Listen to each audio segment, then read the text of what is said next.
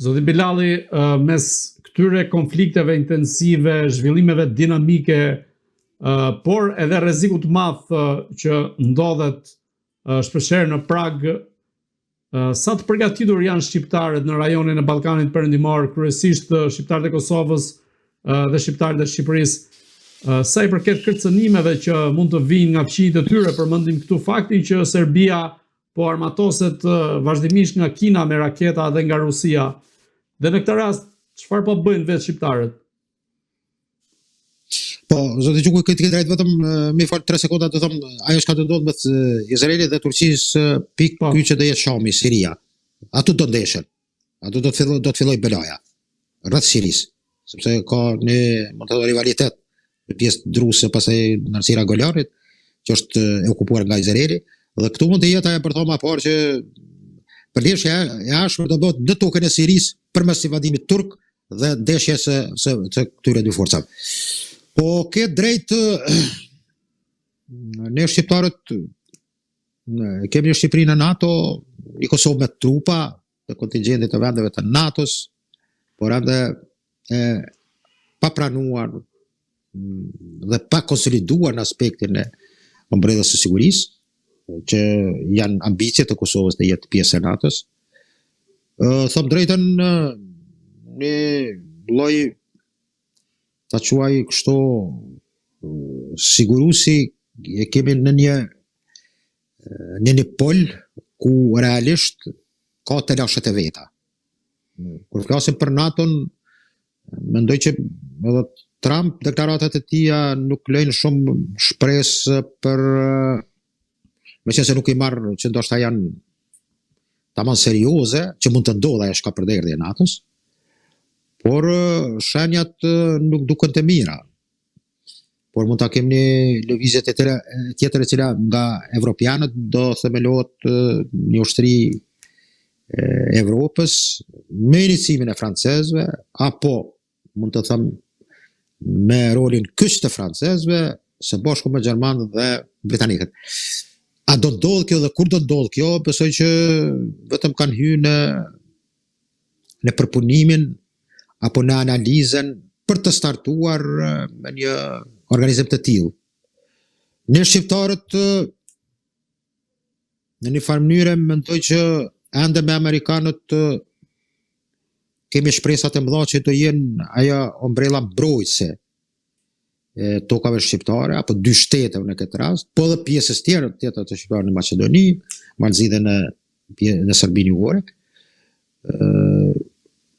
Një met, mund të them të ne në aspektin e një gjeostrategjie të konceptit të mbrojtjes, është se ne shumë parapëlqejmë të besojmë dhe të mendojmë që dora huaj mund të jetë ajo që na siguron. Ndonjëherë më duket që është ndoshta një koncept pak a shumë o naiv, o emocional dhe i pa studiuar mirë. Që mendoj që të dy shtetet kanë nevojë për një politikë të mbrojtëse urgjent, sepse bota sot ka problemet më të mëdha me çështjen e sigurisë dhe investimet më të mëdha nga buxhetit e çdo shteti në botë. Ato që janë si shtete që kanë një konsolidim të mirëfillt, janë ushtria dhe siguria. Kjo duhet të ndodhë edhe tani. Janë disa hapa që janë bërë edhe në Kosovë, me disa importe apo furnizime që vijnë kryesisht nga Turqia, pastaj gjevelendet amerikan, diçka donacione nga apo Gjermania, por mendoj për momentin Shqipëria kem një situatë kur nuk kem flotil të aviacionit të ushtarak, edhe pse koha Enver Hoxhës për shembull ka qenë kohë që një orë me ata miga të 19, apo si do qoftë, ka pasur kapacitete me cilat ka qenë një ushtri që për balancat ndoshta të asaj kohe ka qenë jo për të udhër poshtë. Dhe tash i kem në situatë që ne shqiptarët kryesisht të mendojmë që mund të jetë shpresa jonë aktivizimi dhe përkraja që mund të japin vendet e NATO-s. Por për momentin shqiptarët duhet ta analizojnë, e kanë vjanin qeverit, e të dyja vendeve ta konceptojnë një strategji që është më së domosdoshme për kohën të cilën jetojmë. Sa rrezikohet në këtë rast Kosova, teksa ditën e sotme presidenti Aleksandar Vučić ka bërë thirrje pothuajse për t'u armatosur, duke qenë se sipas tij Serbia ndodhet në kërcënimin e Prishtinës, Tiranës dhe Zagrebit, pra është ajo trekëndshi i bashkëpunimit ushtarak midis këtyre tre vendeve. Në këtë rast, kjo është një propagandë që Vučić e bën në vimësi për të mbajtur elektoratin pas tij, apo kemi të bëjmë një kërcënim serioz ku para disa javësh ai kishte dërguar edhe ushtrin në kufi. Pra në kufi me Kosovën.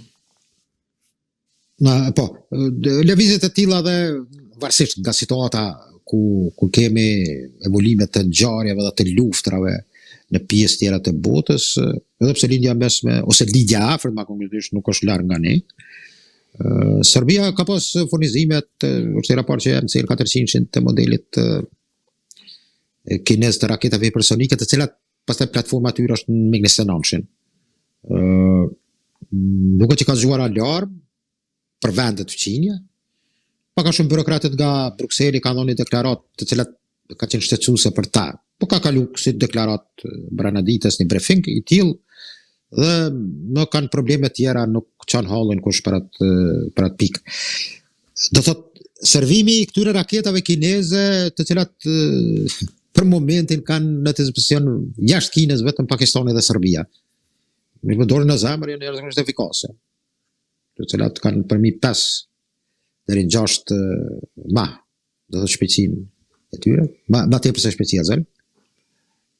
Pastaj kapacitetet e tilla të cilat dominojnë me vendet fqinje, një sidomos e kam vjanin në raport me Kroat. Dorën zemën nuk krahasohemi balanci jon me Serbinë në këtë aspekt, fatkeqësisht duhet ta themi, është jashtëzakonisht dobët. Tërë arsenali me cilën ka Serbia është një rrezik permanent, si për Bosnjën, po edhe Kroacinë në veri atje, po sidomos ekskluziv. Unë mendoj që zgjerimi i këtyre kapaciteteve është ekskluziv për shqiptarët. Dhe kjo paraqet rrezikun dhe alarmin e fundit që ne duhet të punojmë shumë në këtë drejtim. Sepse po që se dëshirojmë të kemi një raport të mirë me Serbinë, mund ta kemi vetë kur kemi balanca të afërta. Përndryshe do jemi të rrezikuar. Deklaratat e Vučićit i përmendi janë deklaratat të cilat kanë të bëjnë për konsum të brendshëm. Është me duket qenë një pozitë politikisht të mirë në Serbi. Arsyetimet për nivelin dhe furnizimin dhe pajisjen me armatime të cilat fatkeqësisht kanë një bashkëpunim shumë të mirë me Izraelin, sidomos me Elbitin, pastaj me sistemin Puls dhe Hamarsin 900 dronët. Dhe kjo tregon që bile kanë marrëveshje për vitin e kaluar 350 milion të nënshkruar, por tash janë të përgatitur të fillojnë 2 raporte për ndërtimin e prodhimin e dronëve. Për të larguar pa nga koncepti militarist, me qenë se ne kemi atë problematikën që potenciali i Serbisë është, mund të them, qoftë nga forcat e toksorisë, pastaj ato të tankiste, por edhe të aviacionit F-4-shin, që edhe ky është prodhim kinez, të cilat i ka me duket një 3 skuadrile të cilat shtiren që nga veriu i Serbisë, mesi dhe jugu i Serbisë, të mbrojtjes kundër ajrore. Politikisht Vučić ka një problem tash edhe me ramjen e Orbanit dhe ardhen në shprehjet e Peter Maxharit, liderit të ri të opozitës, i kuptohet që fitoi do thotë opsioni evropian. Bile mendoj që ndihmën më të mirë për humbjen e Orbanit ja ka bërë Trumpi dhe Putini. Ata kanë qenë në një farë mënyrë mbështetësit kryesor. Do thotë nuk është në mod shumë të jesh pro Trump që mund të ushtohet të zgjedhjet. Besoj që në Evropë kjo mund të ndodhë edhe në shumë vende të tjera. Por sidoqoftë, nuk po flas për Amerikan, po flas për figurë, për personalitet. të ndajmë këtë aspekt, sepse unë kam vështirë kur flas në raport të gjykimit të një situate për amerikanët, për shkak të asaj që kanë bërë një shërbim për ne, por po flas për individin i cili këto kritika i ka dhe në vetë shëban.